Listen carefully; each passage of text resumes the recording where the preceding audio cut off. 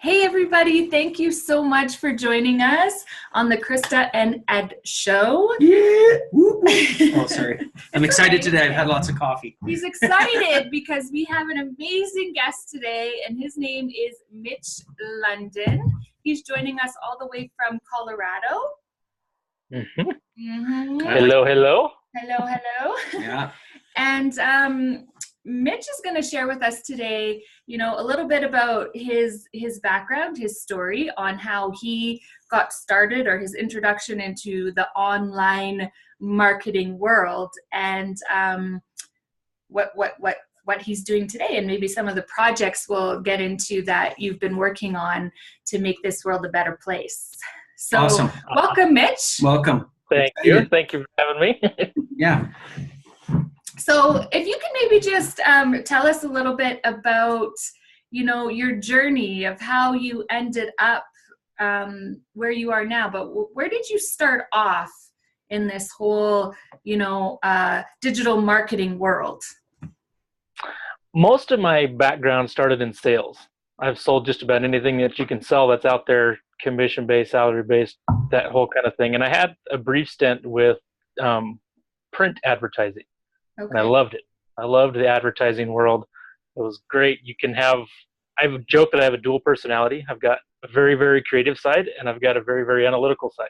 And so when I can find a project where those kind of come together, it's really fun. If you do just one, I tend to get bored. If it's just creative stuff, I'm like, I need something to apply it to. But with the digital marketing, back, probably 3 or 4 years ago, when the t-shirt, Teespring, everybody was designing t-shirts. Everything on your Facebook page was t-shirts. Everybody was selling t-shirts. I'm like, I could totally do that. I could design t-shirts.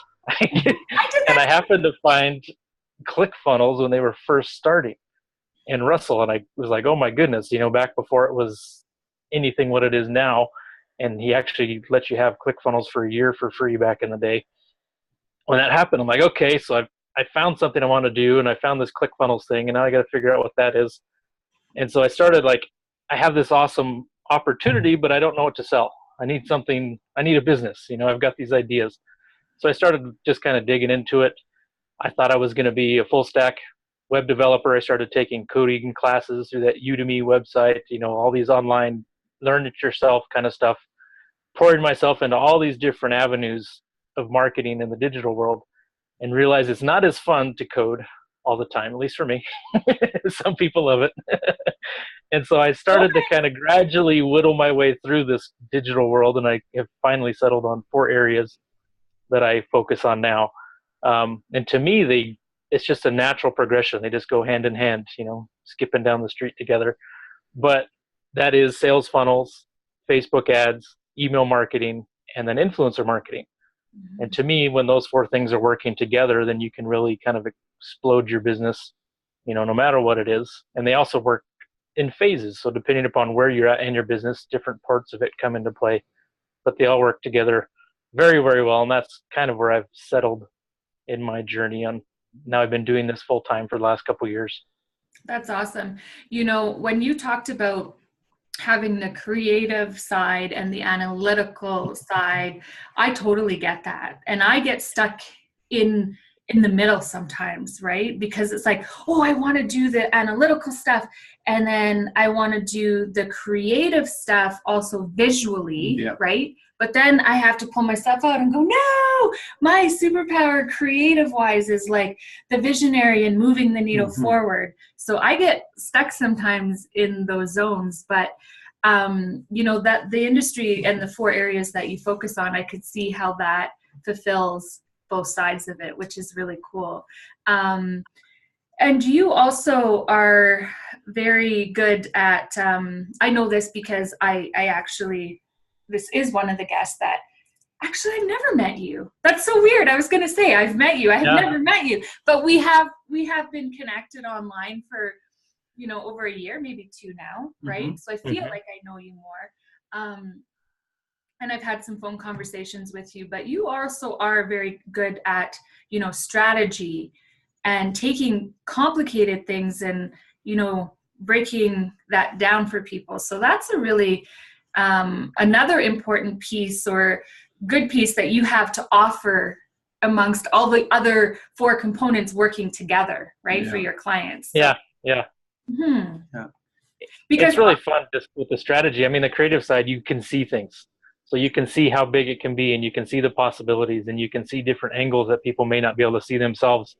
And then that analytical side, it says, okay, this is how we get to there. This is the steps that we need to take. And so the strategy is a huge part of all of that. I think sometimes we end up talking more strategy than we do actual visions or creative stuff, just because it's so much fun to lay it out there and be like, okay, now we've got a plan. Now we've got a roadmap. Yeah. And, the thing is too, that, we've been learning too, is that when you're working with a client, they understand the outcome or the dream, right? So the strategy falls into that. When you're talking about the actual, system or the tasks at hand, that's not their language anyways, right? So the strategy is really the fun part. Okay, you do this and that. And see, I'm getting excited. It's not even my strategy, So another thing though about you is you are a huge outdoorsman. You spend a lot I of clearly time. can't tell by your hat and your picture and your t-shirt. You probably sell. But so do you work with or like clients that are in that specific niche? Yeah, so I've done a lot of consulting and strategy with those clients, and I'm shifting my focus. And it's funny because I just wrote an article on LinkedIn. It was like, are we drinking our own Kool-Aid as marketers?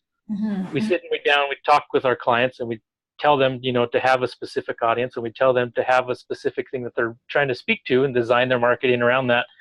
And then we, as the consultants and the professionals, take any client available, and we don't do that ourselves. So it's kind of like, okay, we can't just serve everybody, because then we're not working in our, superpowers and our zone of genius. So I am whittling my niche down more to just helping up and coming outdoor lifestyle brands, adventure companies, and that kind of space. That's where my passion is. That's where I spend all my time. They speak my language. Yeah. No, I love that. And you're right. That's a trap that a lot of consultants, ad agencies, marketing firms, they kind of take everything and anything that comes in the door and try to, fit people within their bundle of services, right?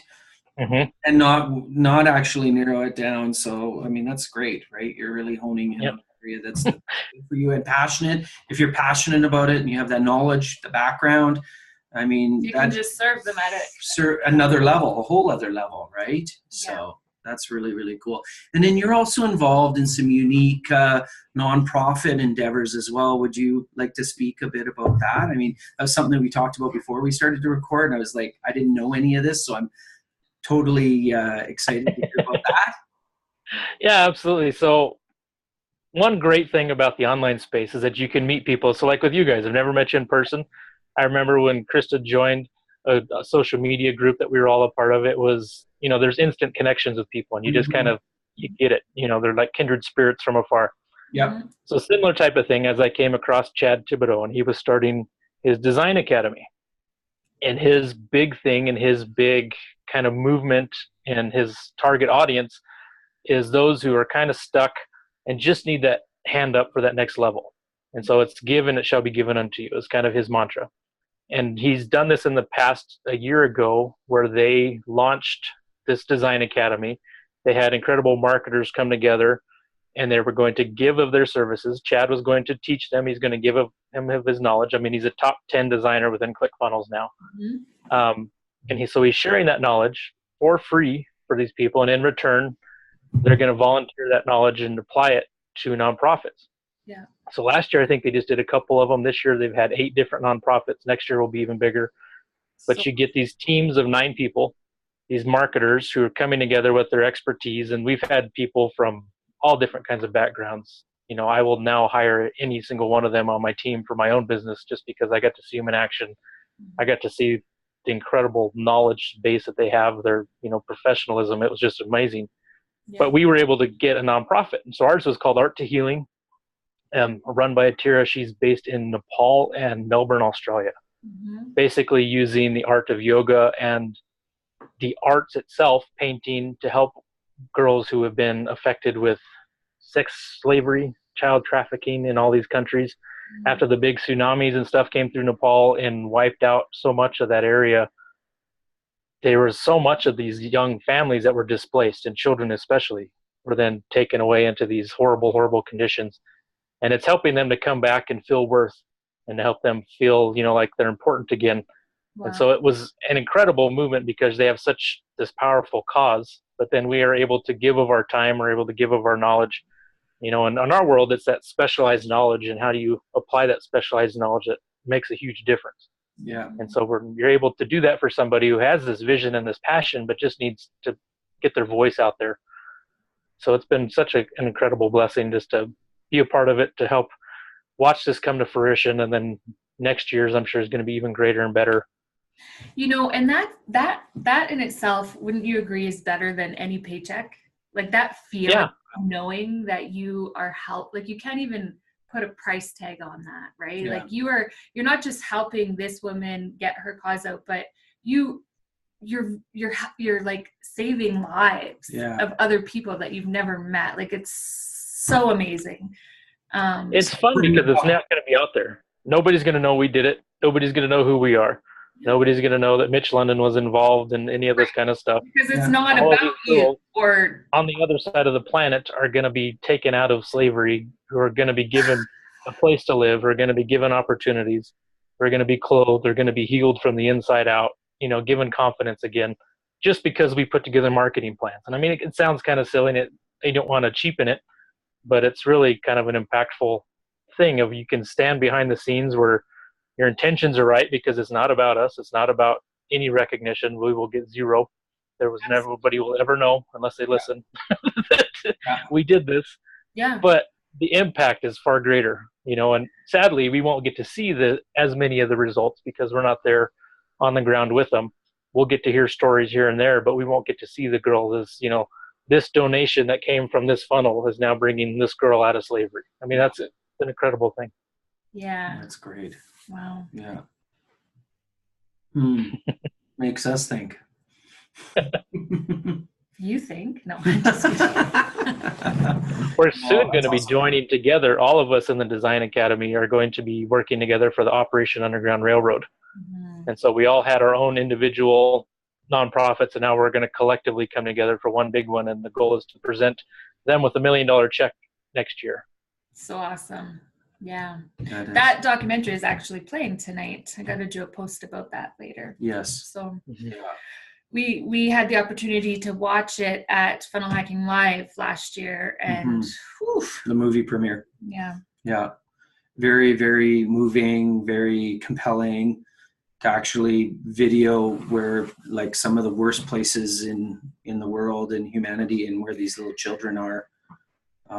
Well, it sounds pretty similar to the cause that you were working on, right? And it's just stuff that people, don't talk about or turn a blind eye to, or we just don't know. And we're lucky, to live, I guess, where we do, or our children to have, the families and the life that we've created, but that's not the reality for a lot of people. So I would say the majority of the world, right? The rules are different than, so we are fortunate to grow up where we do, and our kids and everything. So yes, Mitch. Well, I was just going to say, it's spreading so locally. My family, I have been married for 16 years. This November will be 16. I've got 4 babies. 2 of them are redheaded girls. And at our local Walmart, my wife took our kids shopping, and she had a guy following her around the store. And it turned out it was 3 or 4 guys that were strategically following her around. She got the heebie-jeebies, the hair on the back of your neck, her senses were going off. She was able to make it to the car and get home.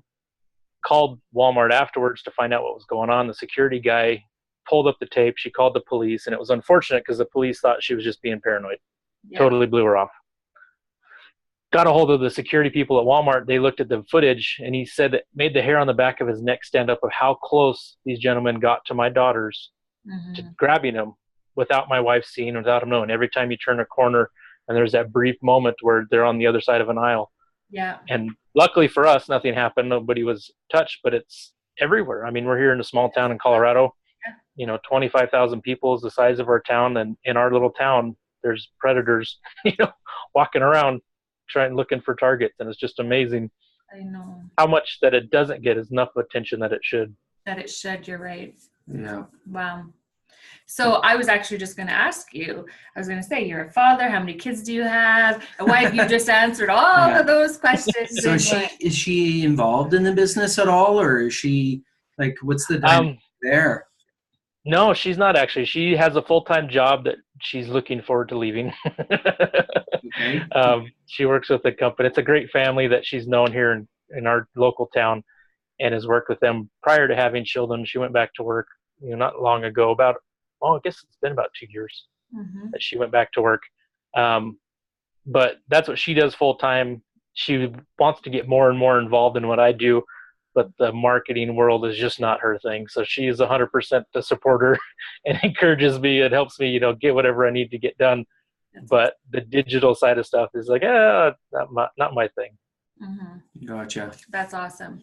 But, you know, she I'm sure manages the children and stuff while you're doing what you need to do. So she is involved in a different way. Yeah. Right? And when it's funny because our dynamics and our roles, it feels like we've flipped a little bit. I've always worked away from the house, and it's hard for me, which is funny. It's something that I didn't think about when you become a full-time entrepreneur, is working from home.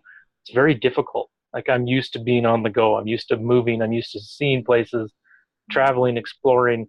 So for me to sit home is very difficult. And for her, the opposite, being away from home, it's like torture for her, because her place, her calling is to be that mother, to be that wife, to be that supporter.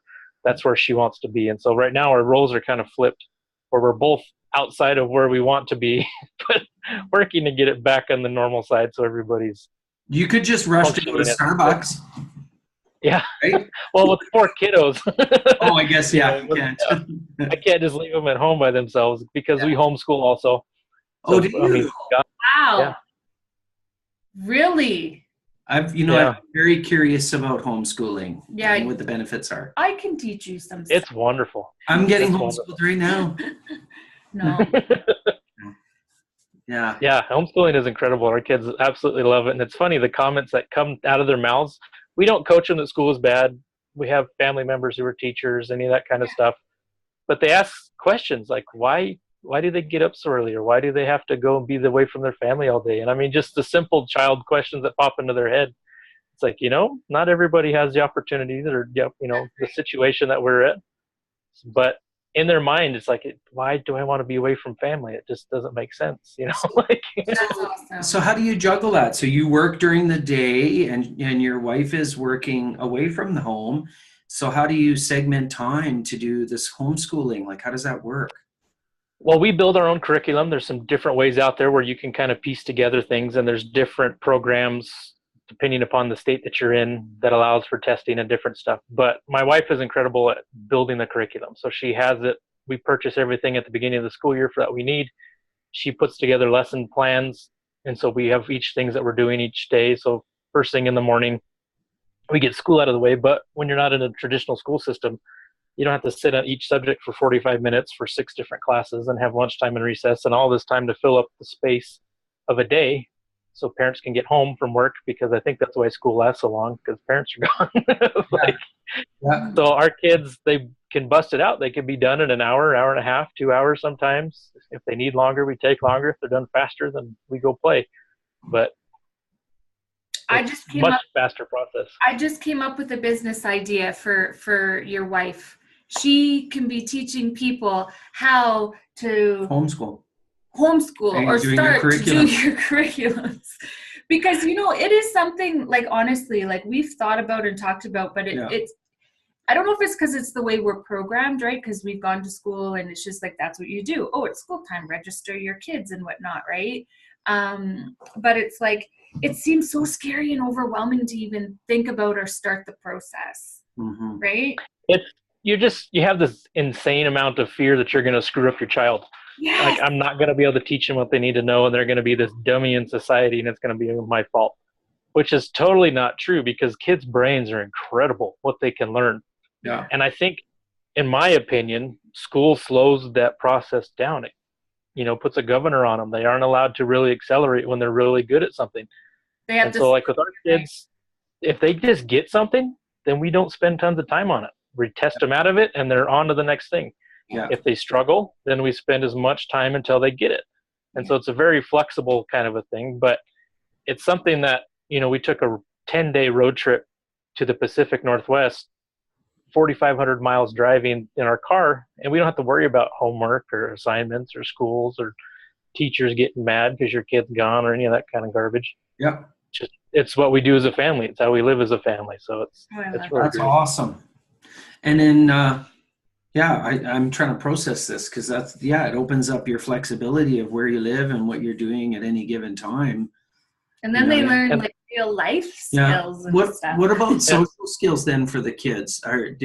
Because that's the other side, right? The other part of the dynamic is dealing with the school, bully, or having to make friends and interact with a whole bunch of other kids, right? That's part of the process of growing up too.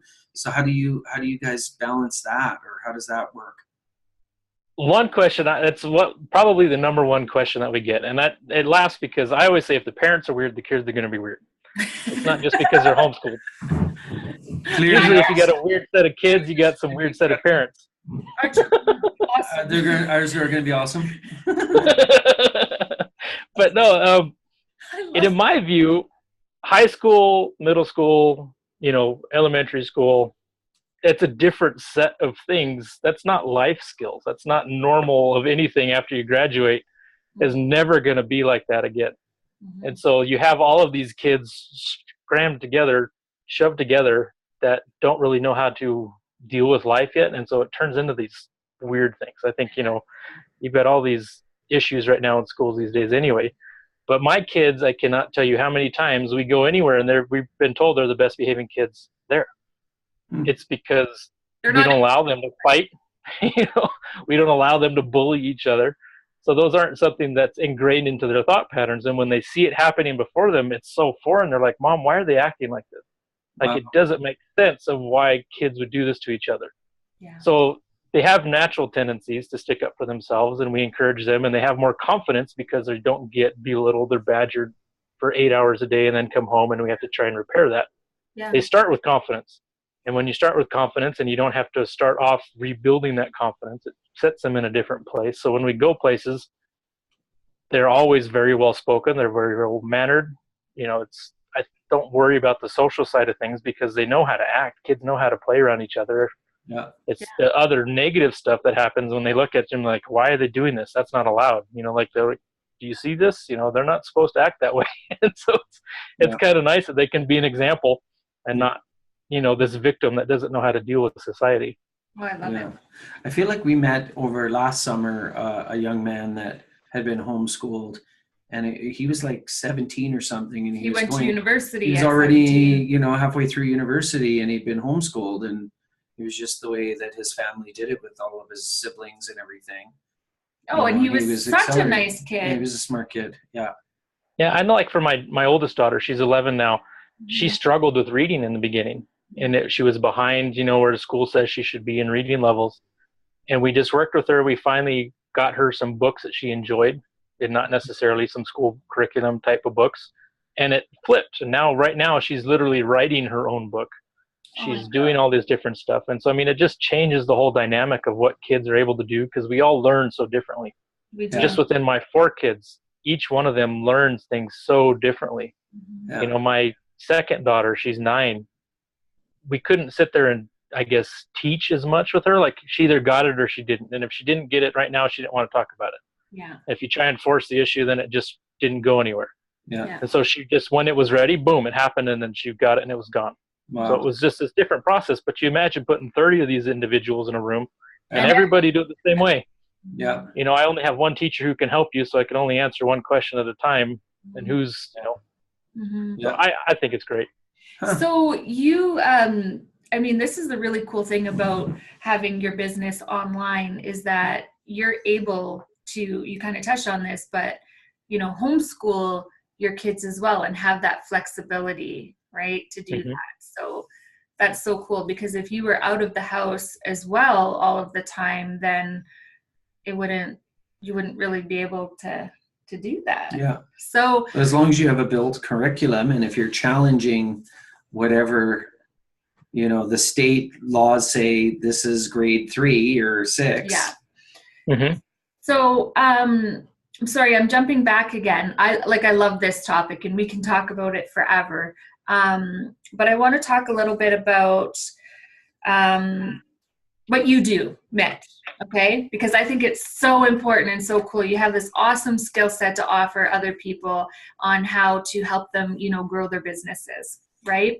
And that's something that, we also do that I'm passionate about, because I know that if you can help families grow their businesses, then that means, and it's not all about the money, but that means that, there's more financial security and all these other things, which to me translate to, happy wife, happy life. No, not just that. Happy family. You take the stresses off, right? So what you do, and anybody in the digital marketing space or online marketing and funnel building and all that, I think is so important, because it also allows opportunities for families to spend more time together, to contribute to their communities, right? Whether that be volunteering or financially, and also like what you're doing, which is like you're volunteering your time like for something across the world. Do you know what I mean? So what are some, I don't know if I want to say tips or advice that you have for anybody who's watching or listening who either has a business already online or who is thinking of it? So I guess anybody who's in business, because some people, we know a lot of people who their business isn't so much online, but they should probably have more of a presence online, but they have a website and they think, okay, that's all I'm supposed to do, right? But there's so much more education behind it. So is there something that like you can talk about with that, on why maybe they should have a funnel or social media presence or whatever it is that works for their business? Nowadays, and I would say one of the biggest things that I see with people who have a business currently is that they have a specialized skill. So they knew something, they learned something, they have a talent that got them into a business or interested in a business. Now, as you try to learn as much as you can, but usually what stops people from progressing is that they keep celebrating what they know. And so I know how to do this, and so I'm going to keep doing this, by God, until I can't do this anymore.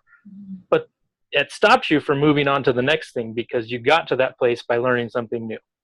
And so it's usually making that next step and learning something that you don't know, seeking that out, and sometimes it's that saying, well, I don't know what I don't know.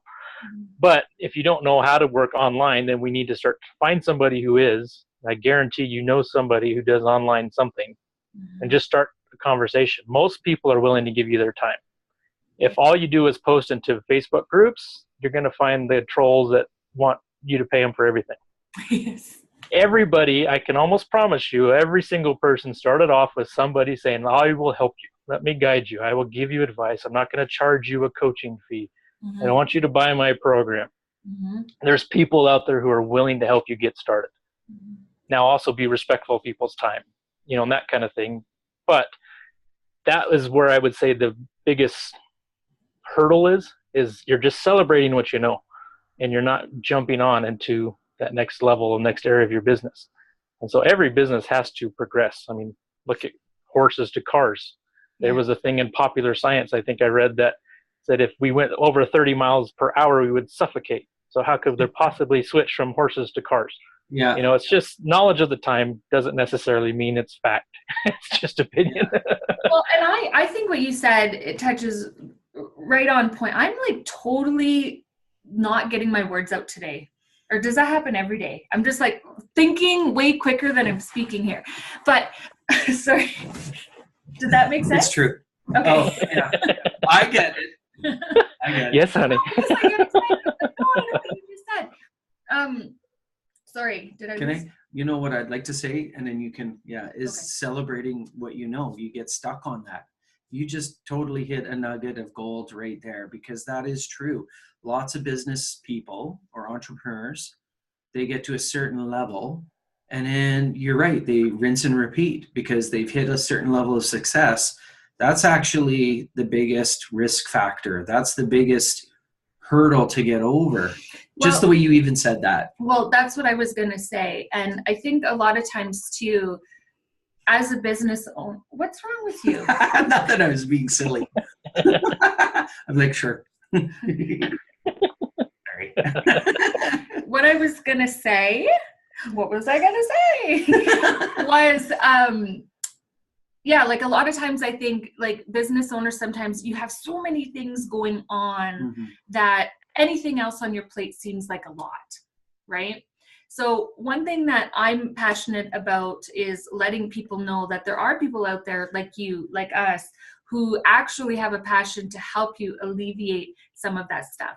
You don't have to learn the tech stuff or the skills, that, maybe you have or your team have or whatever. Let us take that piece for you and help you and, put it all together so that it alleviates, that kind of stuff. And a lot of times, especially smaller businesses or when you're starting out, you do feel like you need to know it all yourself, right? And it's hard to let go of some of it, but you can't grow if you want to do it all on your own. Yeah. And it takes to get from, 0 to 100,000 takes a different skill set than it takes to go from 100 to 1,000,000, from 1,000,000 to whatever. So you have to keep progressing and yeah, totally. Yeah, I would also say is where people most likely dig their trench.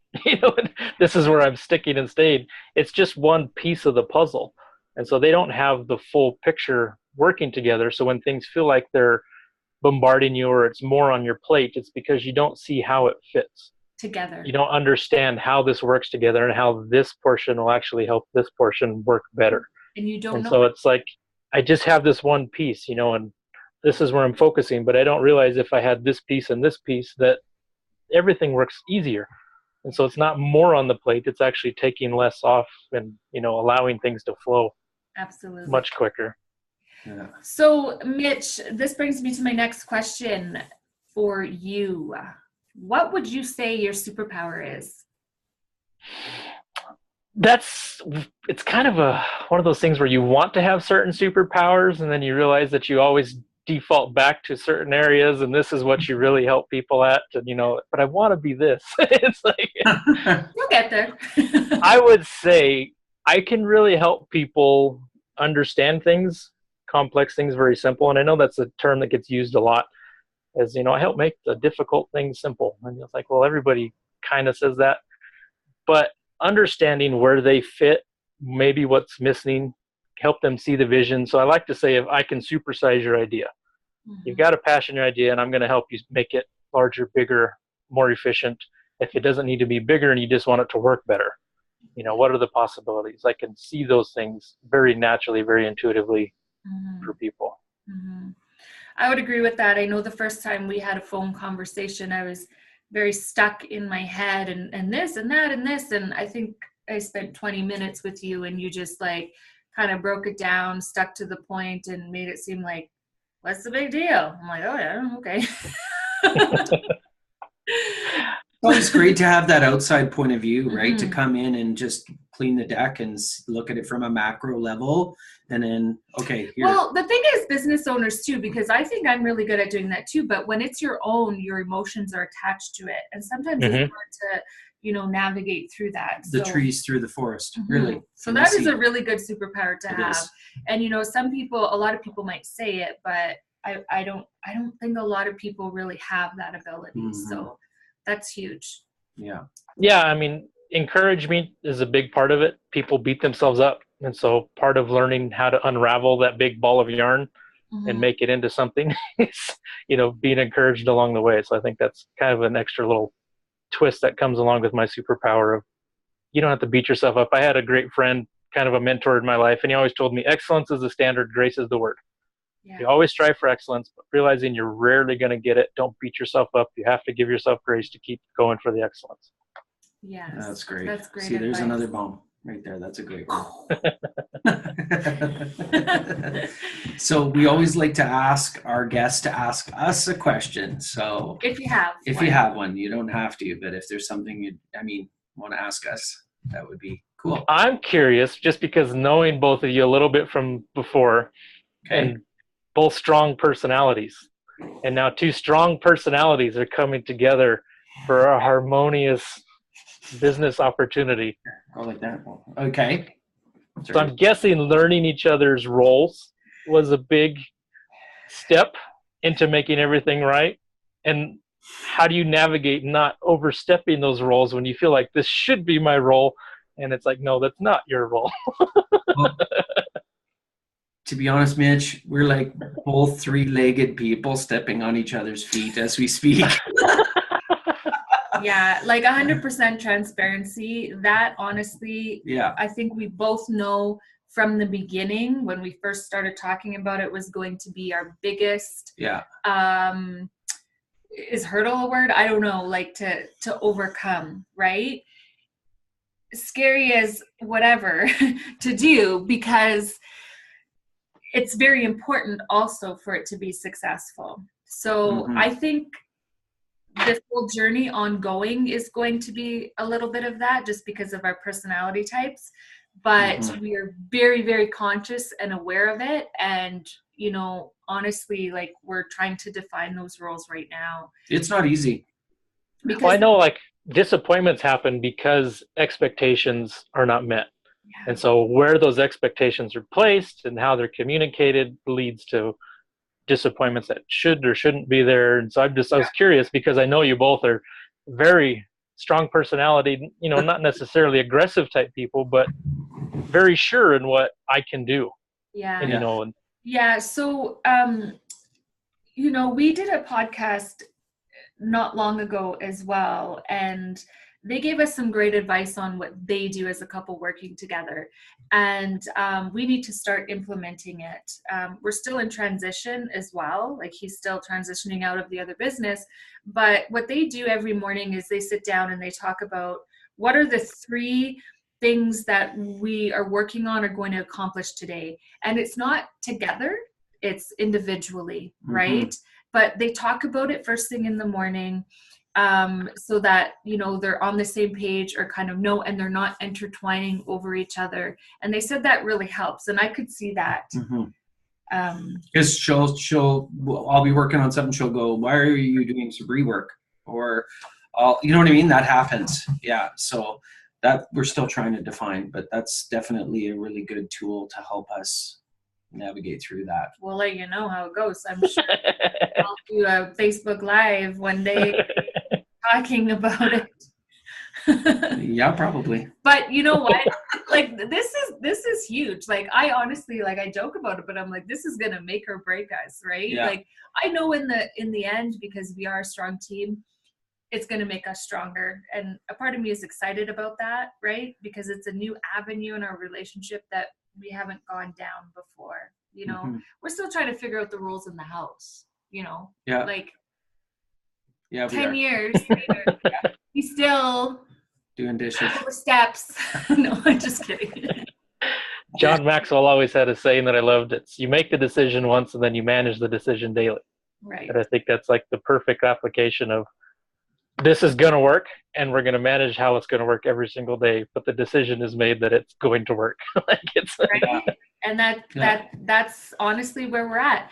And, you know, the podcast also kind of came to light for that, because we wanted to also have that transparency as we go, that this isn't something we've already figured out. Like, this is something we're doing now together. And we just happen to be broadcasting it. It's recorded. It happened. Long chair to sit back. Yes, so I'm feeling, you know. Yeah. So yeah, good question. Yeah, it is. That's a tough one. That's a good one. It's an ongoing work in progress. It's a whip. I mean, you've got 2 business owners who are used to calling shots, making decisions, directing the course. Yeah. And now we have to make decisions and direct the course together. I'm the president for sure. I'm the CEO. President. I'm the CEO. You're director of sales.